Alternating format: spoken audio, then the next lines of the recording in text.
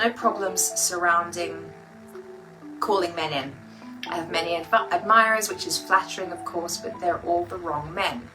I've always found it easy to attract the man, and although I predominantly live in my masculine, I think my feminine is present without my knowledge sometimes.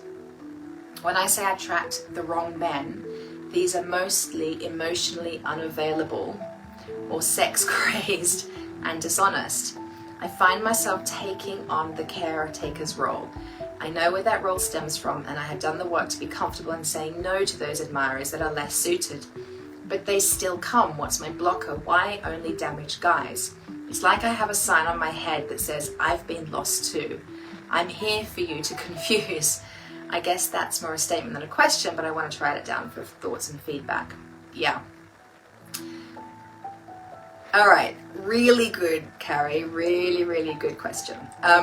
Have you embraced the idea that you are actually worthy of a healed man? Do you actually believe that you are worthy of a healed man? Like, do you actually deserve that? Categorically, 100%, do you know that you are worthy of a healed man? And the note I made here was, will you be able to be vulnerable with a healed man? Meaning that you don't have to have all the answers and all the support for him, and instead you can receive the answers and support. So when you say you take the caretaker role, if that's the habit, have you ever been in a relationship? Because this is stepping outside the comfort zone.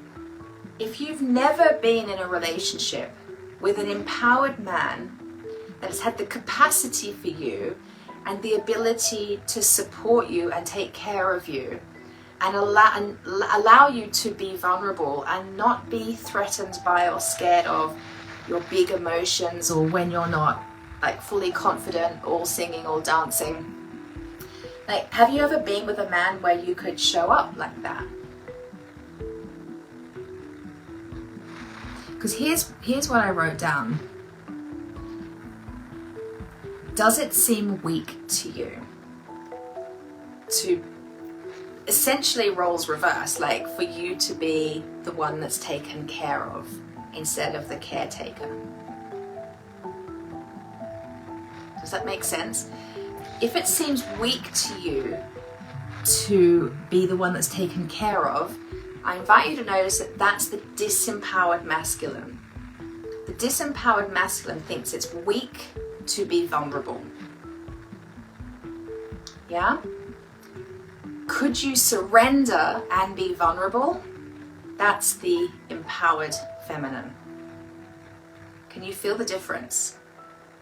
That's the empowered feminine. She can surrender and be vulnerable. So you've done a lot of great work. Brilliant. The next level to that work is believing that you're actually worthy of a healed man. And can you allow yourself, because this is so empowered, I'm trying to find the words for it. Like, the empowered feminine allows herself to be vulnerable. But if you've got any disempowered stuff going on, it doesn't seem vulnerable, it seems weak. So it's about, you've got to change that up. Still find the thought of that terrifying. Okay, oh, you said 100%. Yeah, so this is the next level. This is the next level. You are going to keep calling in guys that are wrong for you, or where you have to be the caretaker, until you are fully ready to step into an equal relationship.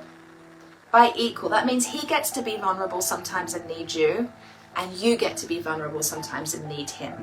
And you both see that as a beautiful gift to each other, and you both know how empowered it is to be able to show up as like just totally human and real and imperfect at times. You're two empowered people lifting each other up all the time. Two empowered people that know that even in your dark times, even in your times where your wounding comes up, you're choosing to do the work, which is empowered. The vulnerability that comes with that is empowered. The relationship dynamic you're used to is two disempowered people coming together.